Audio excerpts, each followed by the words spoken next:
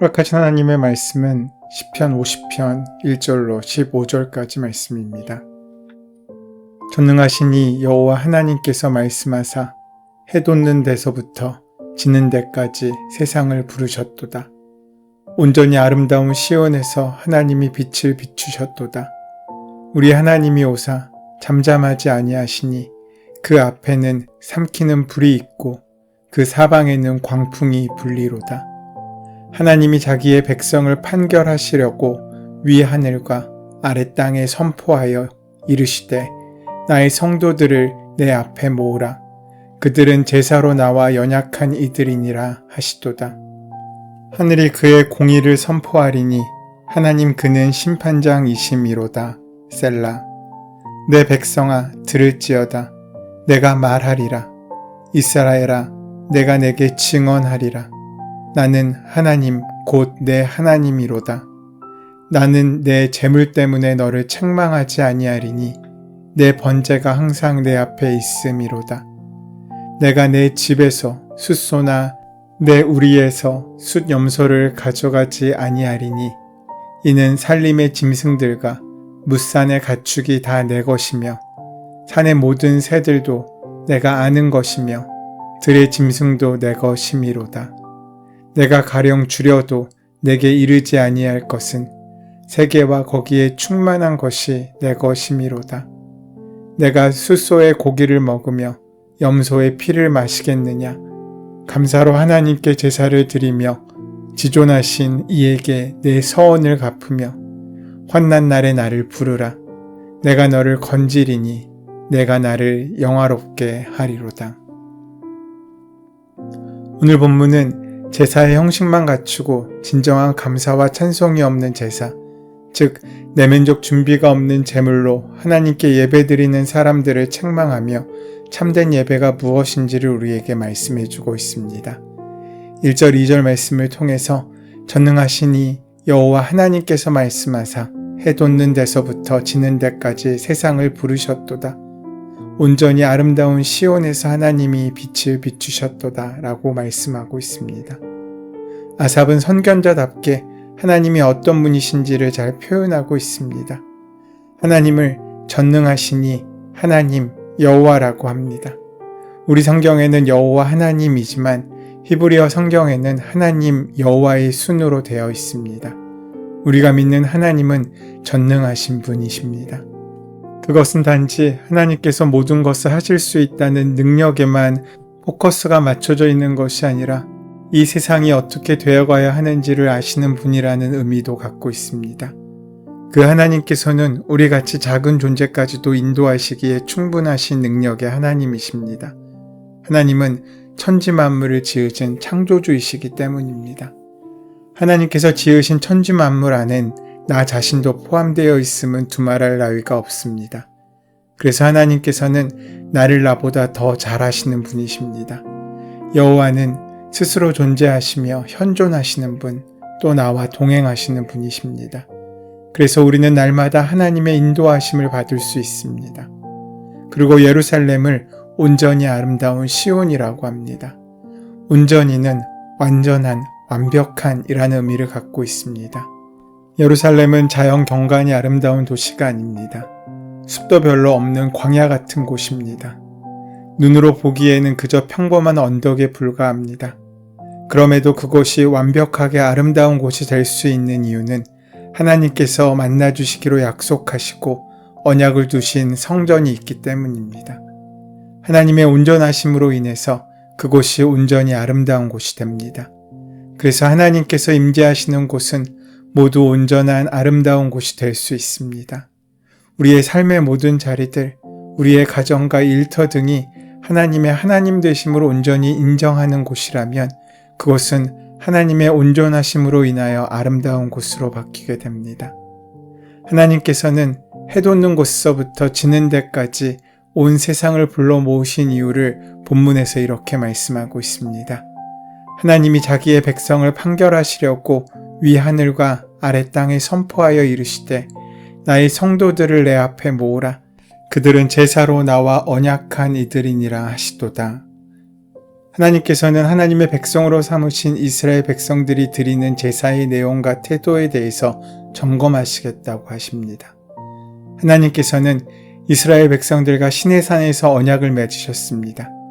하나님께서는 이스라엘 백성들을 향하여 언제나 신실하셨지만 이스라엘 백성들은 하나님을 향하여 신실하지 않았습니다. 8절은 이렇게 말씀합니다. 나는 내 재물 때문에 너를 책망하지는 아니하리니 내 번제가 항상 내 앞에 있음이로다.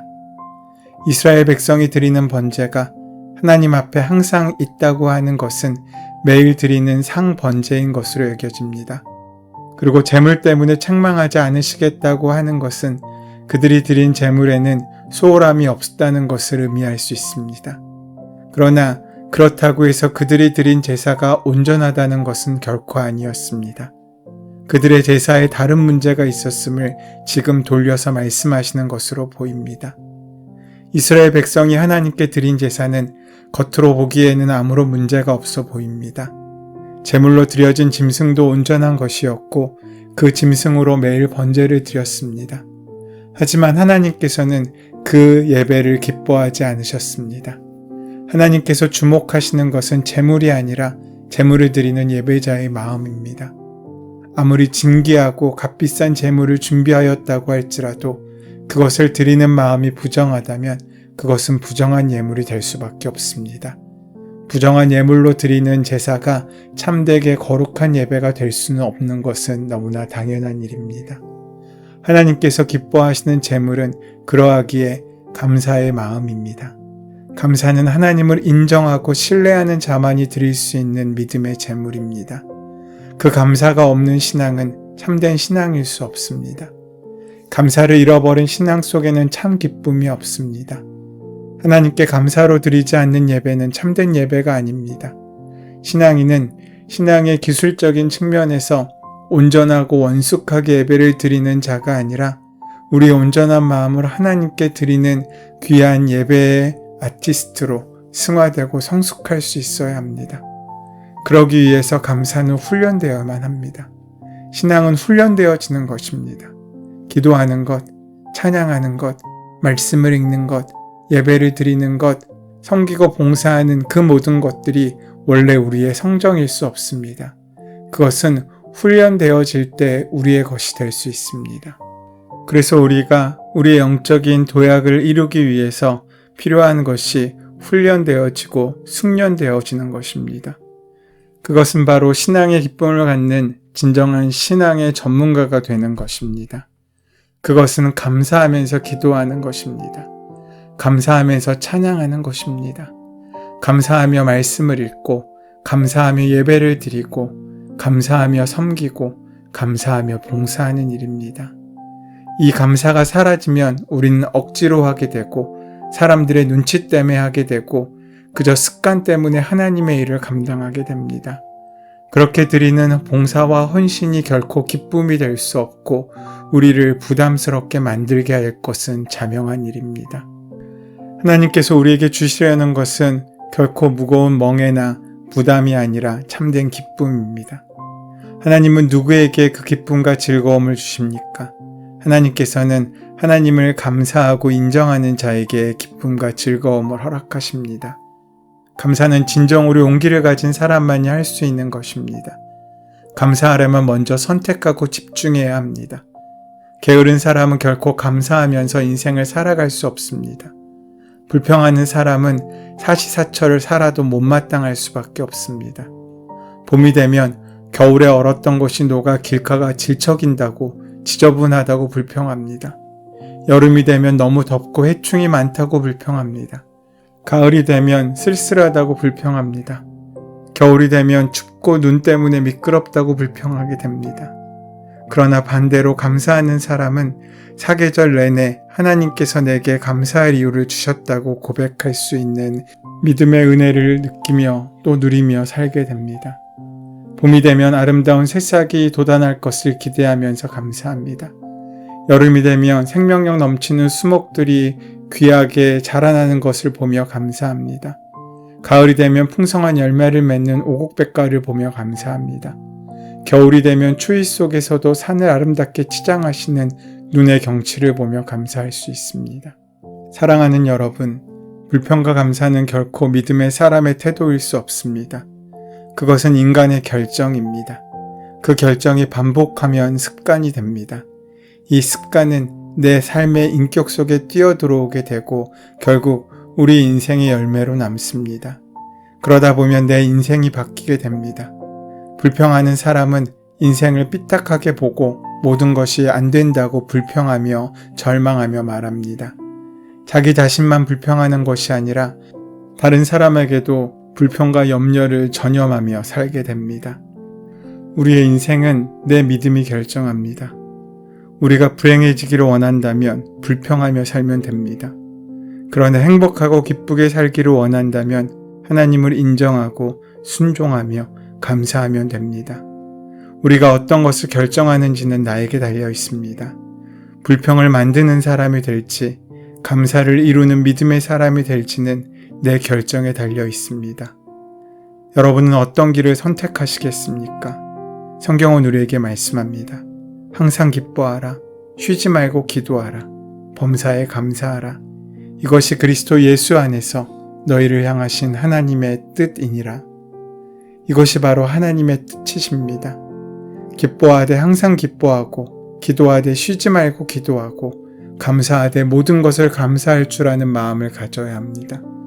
성경은 이것을 우리를 향하신 하나님의 기뻐하시는 뜻이라고 말씀하고 있습니다. 그런데 사단은 이것을 항상 뒤집어 놓기 위해 애쓰며 우리를 유혹합니다. 항상 낙심하라.